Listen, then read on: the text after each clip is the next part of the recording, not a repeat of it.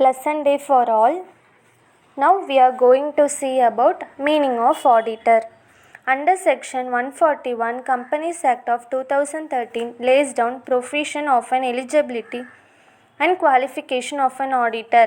An individual shall be eligible for appointment as an auditor of a company only if A is a chartered accountant with the CA Act of 1949 and holds a certificate of practice.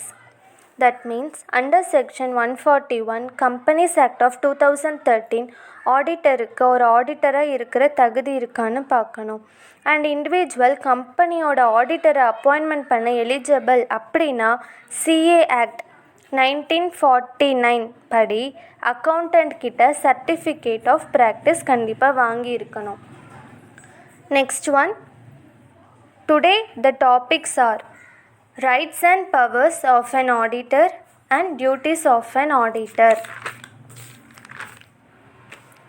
First we are going to see about rights and powers of an auditor. Section 143. First point, right of access to books and vouchers.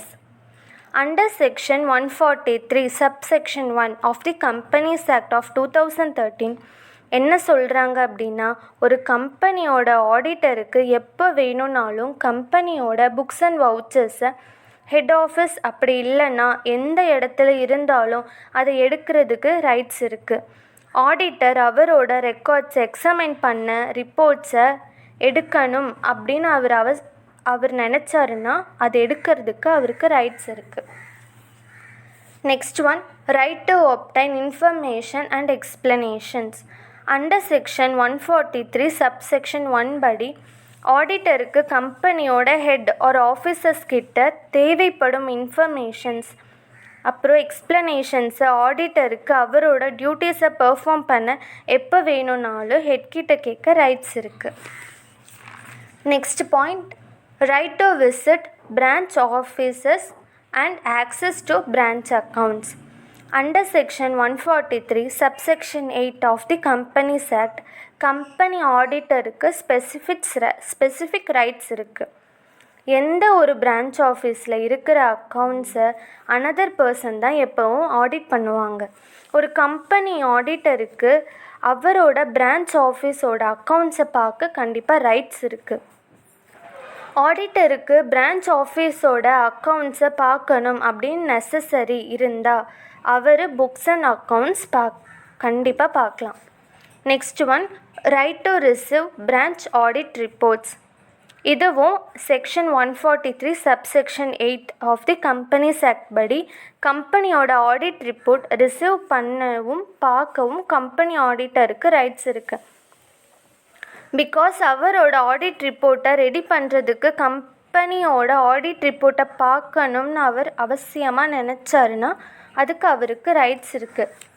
Right to receive notices and to attend general meeting.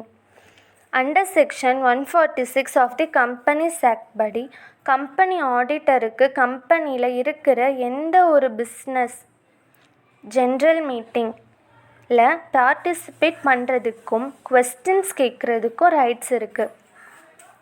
அது மட்டும் இல்லாமல் கம்பெனியோட எல்லா நோட்டீஸஸும் அப்புறம் தகவல்களையும் receive பண்ணுறதுக்கும் rights இருக்குது. Next one, right to make representation. Under section 140 படி ரிட்டையரிங் ஆடிட்டருக்கு ஸ்பெஷல் நோட்டீஸோட காப்பி வாங்குறதுக்கும் அவரை ரிமூவ் பண்ணுறதுக்கும் அவரோட பிளேஸில் வேறு ஒருத்தர் அப்பாயின்மெண்ட் பண்ணுறதுக்கும் அவருக்கு ரைட்ஸ் இருக்குது. அது மட்டும் இல்லாமல் அவரோட ரெப்ரசன்டேஷன் ஜென்ரல் மீட்டிங்கில் சர்க்குலேட் பண்ணுறதுக்கும் அவருக்கு ரைட்ஸ் இருக்குது. Next one, right to sign audit report. According to section 145 of the companies act கம்பெனியோட ஆடிட்டர் ரிப்போர்ட்டை கம்பெனியில் அப்பாயின்மெண்ட் பண்ண ஆடிட்டராலையும் அப்படி இல்லைன்னா இந்தியாவில் ப்ராக்டிஸ் பண்ண கம்பெனியோட பார்ட்னர் அப்பாயின்மெண்ட் பண்ணவங்களால் மட்டும்தான் ஆடிட்டரோட ஆடிட் ரிப்போர்ட்டில் சைன் பண்ண ரைட்ஸ் இருக்குது. Next one, right to seek legal and technical advice. ஒரு கம்பெனியோட ஆடிட்டருக்கு லீகல் அண்ட் டெக்னிக்கல் அட்வைஸ் கிட்ட ஆலோசனை கேட்க ரைட்ஸ் இருக்குது. பிகாஸ் பெர்ஃபார்மன்ஸை கண்டக்ட் பண்ணுறதுக்கும் டிஸ்சார்ஜ் ஆஃப் டியூட்டிஸ் அவரோட கடமைகளை பண்ணுறதுக்கும் லீகல் அண்ட் டெக்னிக்கல் அட்வைஸ் கண்டிப்பாக தேவைப்படலாம். Next one, right to be indemnified for different purposes. And auditor கம்பெனியோட ஆஃபீஸராக கன்சிடர் பண்ணுறாங்க. ஒரு ஆஃபீஸராக கம்பெனியோட சிவில் ஆர் கிரிமினல் டிஃபெண்டிங்கில் இருந்து அவரை பாதுகாத்து கொள்ள அவருக்கு ரைட்ஸ் இருக்குது. சப்போஸ் கம்பெனியால் அவருக்கு ஏதாச்சும் டிஃபெண்டிங் ஏற்பட்டால் கம்பெனிக்கு எதிராக அசட்ஸில் அதாவது சொத்துக்களிலிருந்து நஷ்ட ஈடு கம்பெனி கண்டிப்பாக கொடுக்கணும். அதுக்கு அவருக்கு ரைட்ஸ் இருக்குது. எப்போனா if is not held guilty by the law, சட்டப்படி அவர் குற்றவாளி இல்லை அப்படின்னா அவருக்கு இதை கேட்குறதுக்கு ரைட்ஸ் இருக்குது. Right to receive remuneration. ஆடிட்டரோட வேலை முடிஞ்சிச்சுன்னா he has a right to receive its remuneration. ஒரு ஆடிட்டராக அவரோட ரெம்யூனரேஷன் அதாவது சேலரி வாங்க அவருக்கு ரைட்ஸ் இருக்குது. ஜென்ரல் மீட்டிங்கில் எந்த கம்பெனி மெம்பர்ஸாலையும் ஆடிட்டரோட ரைட்ஸை தடுக்க முடியாது. The next topic is duties of an auditor. There are 3 types under duties of an auditor. They are statutory duties, duties under common law and other duties. First statutory duties. Duties to report to the members under section 143 subsection 3. Auditor அவரோட கம்பெனியில் இருக்கிற மெம்பர்ஸோட accounts அப்புறம் financial ஸ்டேட்மெண்ட்ஸோட ரிப்போர்ட்டை ready பண்ணி தராரு. That report shawl state, அதாவது அந்த ரிப்போர்ட்டில் என்னென்ன இருக்கணும்னு பார்த்தோன்னா, ஃபர்ஸ்ட் அவருக்கு தேவையான எல்லா இன்ஃபர்மேஷன், அதுக்கப்புறம் எல்லா எக்ஸ்ப்ளனேஷன்ஸும் இருக்கணும். ப்ராப்பர் புக்ஸ் எல்லாம் வச்சுருக்காரான்னு பார்க்கணும். கம்பெனியோட balance sheet and profit and loss அக்கௌண்ட்டோட புக்ஸ்லாம் இருக்கான்னு பார்க்கணும். இது எல்லாம் கம்பெனியில் இருக்கிற மெம்பர்ஸ்க்கு ஆடிட்டர் ரிப்போர்ட் ரெடி பண்ணுற ரிப்போர்ட்டு. இது அவரோட first duty. Next one, duty to enquiry under section 143 subsection 1. இதில் என்னென்ன டியூட்டிஸ் என்கொயரி பண்ணுறாங்கன்னா, கம்பெனியோட செக்யூரிட்டி அடிப்படையில் லோன்ஸ் எல்லாம் சேஃபாக ப்ராப்பராக செக்யூராக இருக்கான்னு, அப்புறம் கம்பெனியோட பிரின்சிபல்ஸ் படி டேர்ம்ஸ் அண்ட் கண்டிஷன்ஸை கரெக்டாக இருக்கான்னு மெம்பர்ஸ்கிட்டையும் கம்பெனிக்கிட்டையும் பார்க்குறது செகண்ட் டியூட்டி. கம்பெனியோட டிரான்சாக்ஷன், தட் மீன்ஸ் புக் என்ட்ரிஸை கம்பெனியோட இன்ட்ரெஸ்ட் அண்ட் முன்னிதித்துறை பார்க்குறாங்க. இது ஆடிட்டரோட second duty. Next one, duty to comply with auditing standard under section 143 subsection 9.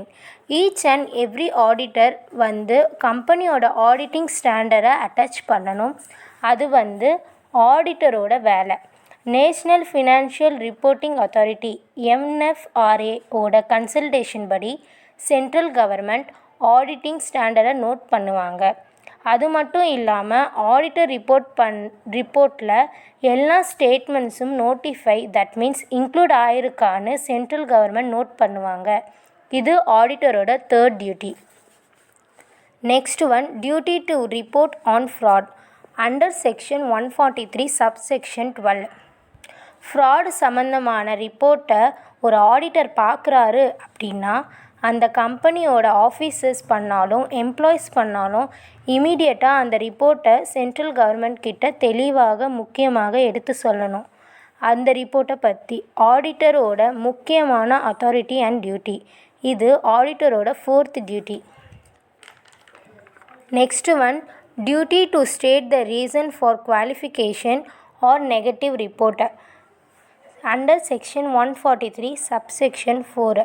ஏதாவது ஒரு ரிப்போர்ட் ஏதாவது ரீசனால் நெகட்டிவ் ஆர் குவாலிஃபைட் ரிப்போர்ட்டாக இருந்ததுன்னா இப்போது இருக்கிற ரிப்போர்ட்டில் மென்ஷன் பண்ணி இருக்கணும். இது ஆடிட்டரோட fifth duty. Next one, duty to assist investigation.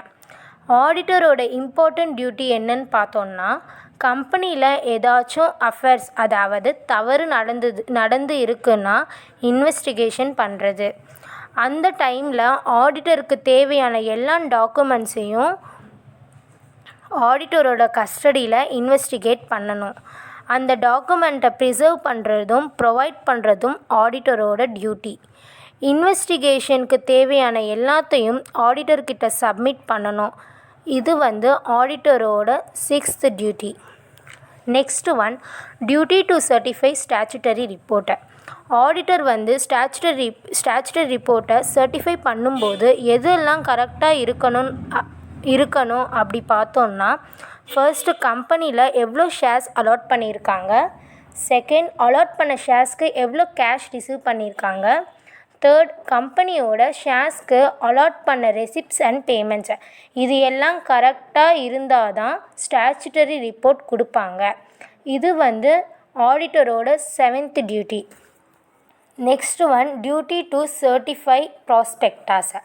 கம்பெனியோட balance sheet, profit and loss account, அப்புறம் அசெட்ஸ் அண்ட் லைபிலிட்டிஸ் இதெல்லாம் மெயின்டைன் பண்ணுறதும் அப்புறம் அந்த ரிப்போர்ட்டை காமிக்கிறது ஆடிட்டரோட டியூட்டி.